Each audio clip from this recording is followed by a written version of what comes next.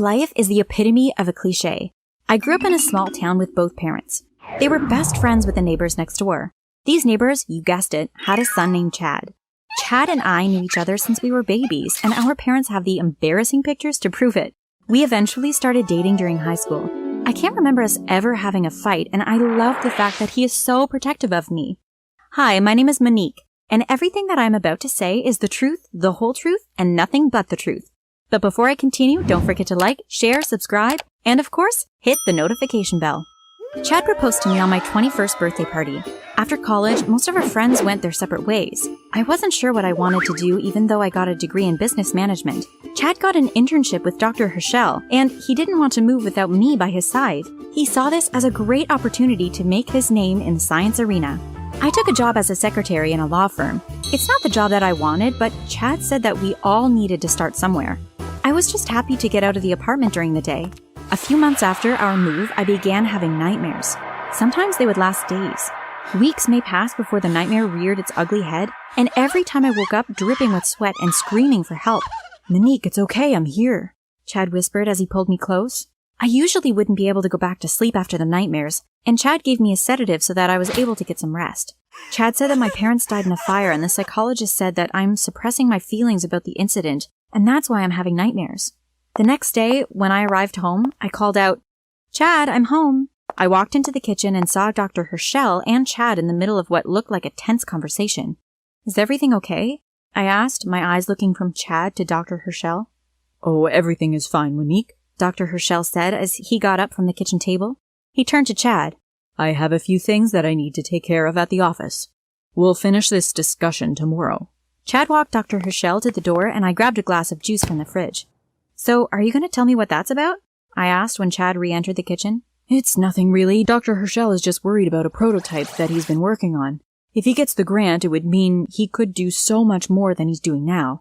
It would also mean a bigger paycheck for me as well." I wish you and Dr. 𝗕𝗓𝗖𝗓𝗑𝗠 nothing but the best. I can't wait for him to get the grant either, since I would be able to get my basement back. About a month after we moved, Dr. 𝗕𝗓𝗖𝗓𝗑𝗠 asked Chad if he could store a few things down in the basement. Not only wasn't I allowed in the basement, but Chad held the only key to the basement.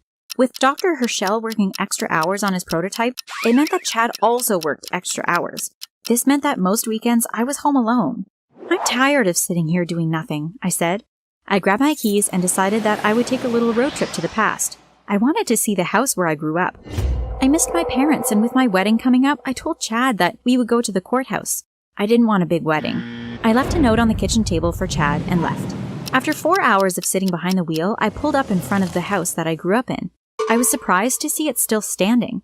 Chad said that my parents' house caught fire and they both died in the fire, but here stood the house just as I remembered it. I walked up to the front door and knocked. My mother answered the door. "Mom?" I said as tears swelled up in my eyes. "How could this be?" My mother looked as though she had seen a ghost. My father came to the door. "Honey, who's at the door?" My father took one look at me and his entire mood shifted. "Is this some sort of joke? Did someone put you up to this?" "Dad, what are you talking about? It's me, 𝗪𝗡𝗍𝗓𝗑𝗠." My voice cracked. "You need to get off my property or I'll be calling the police," my dad said, then slammed the door in my face. I ran to the car and started the engine. Why didn't my parents recognize me? Why would my dad treat me like that? Why did Chad tell me my parents were dead? The loud horn of a car interrupted my thoughts. A car was coming directly towards me, but it was too late. Bang! I woke up in the hospital. Chad was sitting in a chair next to the bed. "Hey you, welcome back," Chad said as he reached out and squeezed my hand. "Chad," I said hesitantly, "why didn't you tell me that my parents were alive?" "Babe, it was for your own good," he said softly. "What do you mean for my own good? They are my parents, for God's sake," I shouted. Dr. 𝗕𝗓𝗖𝗓𝗑𝗠 walked into the room. "Did you know that my parents are alive as well?" I quizzed Dr. 𝗕𝗓𝗓𝗑𝗠. Dr. 𝗕𝗓𝗓𝗑𝗠 looked at Chad and pointed to the door. I watched as Dr. 𝗕𝗓𝗓𝗑𝗠 and Chad walked out of the room without answering my question. "Where the hell do you think you're going? Chad, come back here!" I yelled. I tried to get out of bed, but my legs ached. After a few moments, Chad and Dr. 𝗕𝗓𝗓𝗑𝗠 walked back into the room. "We have to give you a sedative. You were in a car accident, and right now you are acting irrational. Chad will be able to answer any questions that you may have when you wake up," Dr. 𝗕𝗓𝗑𝗠 said calmly. Dr. 𝗕𝗓𝗑𝗠 walked towards me and injected my IV with the serum that was in the needle that he held. When I woke up, I was home in bed. I felt as though I was in a brain fog. Chad, are you here? I called from the bedroom. Yes, I'm here. Is something wrong? He asked with a puzzled look on his face as he walked into the bedroom. I'm not sure. I just feel a little out of it, I said. That's because you came down with the flu and you've been in bed for the past few days, babe, Chad said, concerned. I dreamt that I went to see Mom and Dad and they didn't recognize me, I said and placed my head in my hands and cried. I watched as Chad went to the bedroom closet. He used the stepladder to retrieve a CD. He didn't say anything as he placed it in the DVD player. He sat next to me and held me in his arms. There they were, my parents, next to each other in matching coffins. It was a DVD of my parents' funeral. Chad explained to me that my parents had passed away years ago. I couldn't believe it. Was I losing my mind? Why did I keep having these weird dreams? Eventually, mostly out of exhaustion, I went to sleep. The next morning, Chad wasn't at home. He left a note on the nightstand saying that he just needed to drop something for Dr. 𝗕𝗏𝗖𝗎 and he would be right back. I went to the closet and got the box with the DVDs. I saw one marked Monique's 21st birthday. A smile came to my face as I remembered that special night. I pushed the video in the player and laid in bed to watch. I giggled as I never realized how nervous Chad was when he proposed. But I realized something else as well. I had a small sunflower tattoo on my left upper arm, but it was no longer there. I lifted my shirt just to make sure that there was no tattoo. Where is my tattoo? Did I remove it? I asked myself. I contemplated telling Chad, but my gut told me that he wasn't going to tell me the truth. Something was up. I had had the weirdest dream last night, that I had been in a car accident. It had felt so real. Was it just a dream? I got out of bed and headed to the garage. My eyes widened as I looked at the driver's side of my door that had a mammoth-sized dent. I heard the front door open. Damn it, Chad is home, I mumbled. I snuck back into the house through the kitchen. Chad was in the bedroom. I ran towards the bathroom and opened and closed the door slowly. Just as I closed the door, a knock on the bathroom door startled me. Yeah? I asked, my heart pounding against my chest. I wonder if he saw me, I thought to myself in a panic. I inhaled deeply. Is everything okay? How are you feeling? Chad asked. I'm okay, I said, then flushed the toilet. I am feeling a bit lightheaded, though, I said as I washed my hands to continue my ruse. I opened the door and Chad was there waiting. Let me help you to the bedroom, then get you something to eat, okay? I nodded in agreement. Once Chad was out of the bedroom door, I got up and quickly returned the DVD to its place and went back to bed and pretended to be asleep. I heard when Chad came back into the room. Monique, I brought you something to eat. I didn't answer. I still pretended to be asleep. Chad's phone rang and he answered. Hi, Dr. 𝗕𝗏𝗖𝗎𝗓. What can I do for you? Silence. Then, yes, Dr. 𝗕𝗏𝗖𝗎𝗓. I even showed her the DVD with the funeral. Silence. Okay, Dr. 𝗕𝗏𝗖𝗎𝗓. When I get the package tomorrow, I'll place it in the basement for safekeeping. Goodbye, Dr. 𝗕𝗏𝗖𝗎𝗓. Chad walked out of the bedroom and I opened my eyes and thought, what did I get myself mixed up in? Was this person even Chad? I had so many questions, but I knew that all of my answers were in the basement. I needed to know what was in the basement. When Chad's package arrives tomorrow, I need to get into that basement when he opens that door. I thought to myself, today I need to pretend that everything is okay. Luckily for me, I'm ill, so I can lay in bed for the rest of the day away from Chad. The day dragged. It felt as though 1,000 years had passed. I drifted into a restless sleep that night as I was awakened by nightmares. I shot up in bed and looked around wide-eyed as I tried to catch my breath. Chad was nowhere to be seen. I snuck out of bed and went in search of him. The apartment was empty. I went to the basement and turned the knob for the door. My heart jolted against my ribcage as I realized the door was open. I slid gingerly into the basement, but nothing could have prepared me for what I saw. I wasn't the only girl in the basement. As I walked further into the basement, I counted at least 30 girls, 6 girls in 5 rows. What the hell, Chad? I gasped in disbelief. Each girl was attached to a tube and surrounded by a thick, transparent silicone. Each girl looked like me. Yes, Monique, they are clones. Chad's voice echoed behind me. I spun around. Why do you need clones of me? I asked angrily. Isn't one woman good enough for you? Chad looked sad as he continued to talk to me. You are also a clone, Monique. Chad began to walk towards me and I backed away from him. What do you mean I'm a clone? I cried.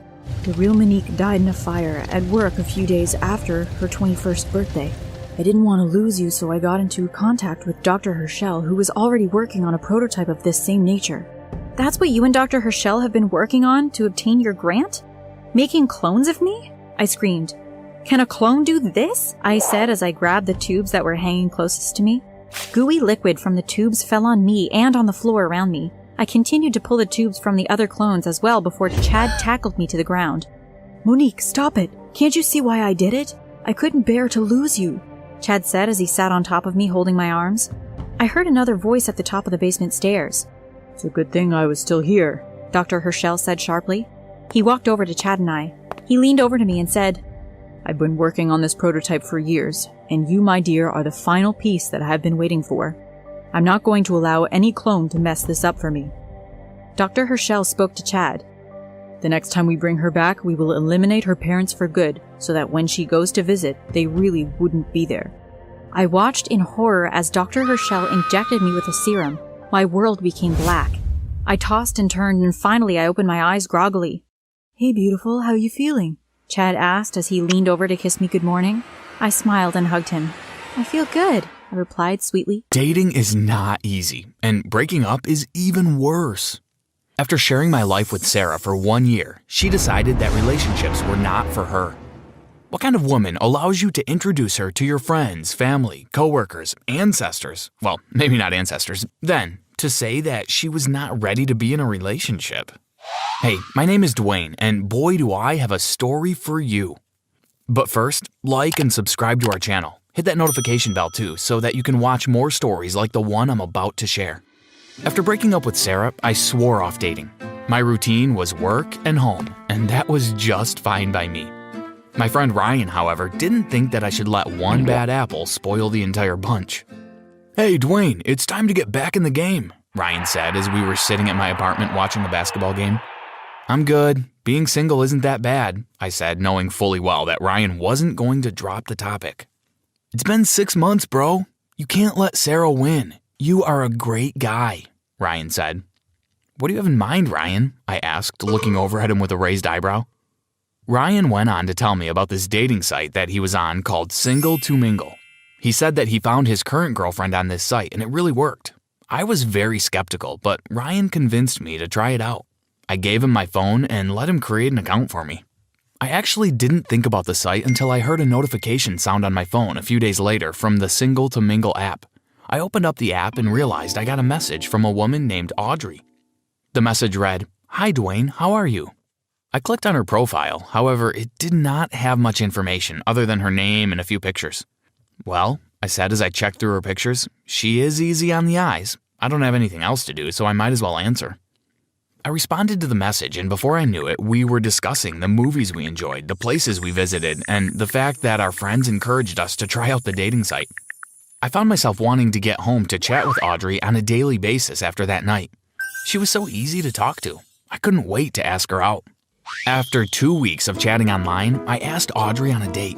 Since we both drove, she told me that she would meet me at the restaurant. I must admit that I was sweating bullets when I got to the restaurant, but my nerves calmed down once we got to chat and swap stories. After dinner, we walked to the cinema that was 2 blocks away to see The Haunted Arena. Imagine finding a woman who enjoys horror movies as much as I do. Once the movie was over, we went for some ice cream, then we headed back to the cars. I opened her door and thanked her for a wonderful evening. Audrey and I eventually swapped numbers and we began to spend more time together. After 3 months of casually dating, I asked Audrey to be my girlfriend. About 6 months after being exclusive with Audrey, I was up for a job promotion. Hey, guess what? I called Audrey excitedly. Let me guess, Audrey said slowly. Mr. Mitchell loved the pitch that you did for Mrs. Cavendish, and he said that you were up for a junior executive assistant job promotion. I chuckled. Yes, he loved it. Mr. Mitchell invited me to Mrs. Cavendish's party this weekend, and I wanted to know if my gorgeous girlfriend wanted to be my date. Your gorgeous girlfriend would love to be your date, as long as she heads to the mall to get a perfect dress for the event, Audrey snickered. Oh no, a mall run, I laughed playfully. Okay, I'll meet you at your place at 5 p.m. and we'll go together.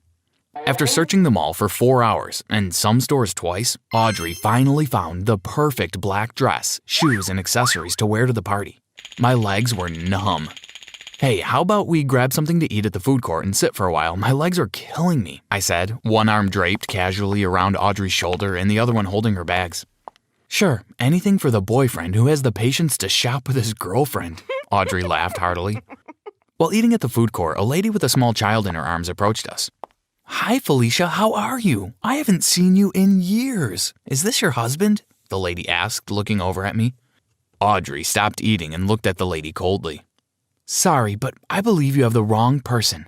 The lady insisted. Come on, Felicia. Is this one of your tricks? It's me, Stacy. We went to college together. You have the wrong person, Audrey said, this time in a very aggressive tone. I've never heard Audrey raise her voice before. I think it's time to go, Audrey said, looking at me intensely. Before I could respond, Audrey was getting up from the table. By the time I got off my chair, Audrey was halfway down the food court, and I had to run to catch up with her. Audrey, wait, hold on, I said as I grabbed her arm when I finally caught up with her. Probably a mistaken identity, Audrey said, still visibly upset by what just happened. I have no idea who that lady is. We left the mall immediately and decided to spend the rest of the evening home. On the night of the party, I knocked at Audrey's door at 7:30 p.m. sharp. We had 30 minutes to arrive at the party. I was slightly annoyed when Audrey opened the door wearing a robe and a towel was wrapped around her head. Why aren't you ready? We have 30 minutes to get to the party, I said as I stepped into the apartment. Audrey looked at me with a blank expression on her face. I rambled on. Did you forget about the party at Mrs. Cavendish's tonight? I have to make a good impression tonight or that promotion is as good as gone. I sank into the sofa and massaged my temples. No, I didn't forget, but what am I going to wear? Audrey asked. I looked up at Audrey. What about the dress you bought a few days ago? Wasn't that meant to be for tonight? The same dress we spent hours at the mall looking for? Listen, Audrey, if this is some kind of joke... My voice trailed off. Relax, Dwayne, I have it covered. Give me 15 minutes. Tonight is going to be great. Audrey winked at me as she hurried to the bedroom. As promised, she was ready in 15 minutes and we were off. By the time we got to the party, it was in full swing. I introduced Audrey to Mr. Mitchell. Audrey, you have a man here who is destined to make it to the top, Mr. Mitchell said. He continued, do you mind if I steal him for a few minutes? There are a few people I would like to introduce him to. No problem, I'll be fine, Audrey said, flashing a smile at me. Even though I was smiling at the clients that Mr. Mitchell was introducing me to, my mind was with Audrey. I felt bad for inviting her to the party, then abandoning her instantly, until I realized that Audrey was moving around the party, chatting and laughing as though she planned the entire thing. Mr. Mitchell seemed to notice as well and said, anybody who could work a crowd like this is definitely a keeper. Once I had finished making my rounds with Mr. Mitchell, I reunited with Audrey. Would you like a drink? I asked, leading her over to the bar. I'll have a margarita, please, Audrey said to the bartender. I looked at her. Audrey was a creature of habit. She always, and I mean always, ordered the same things.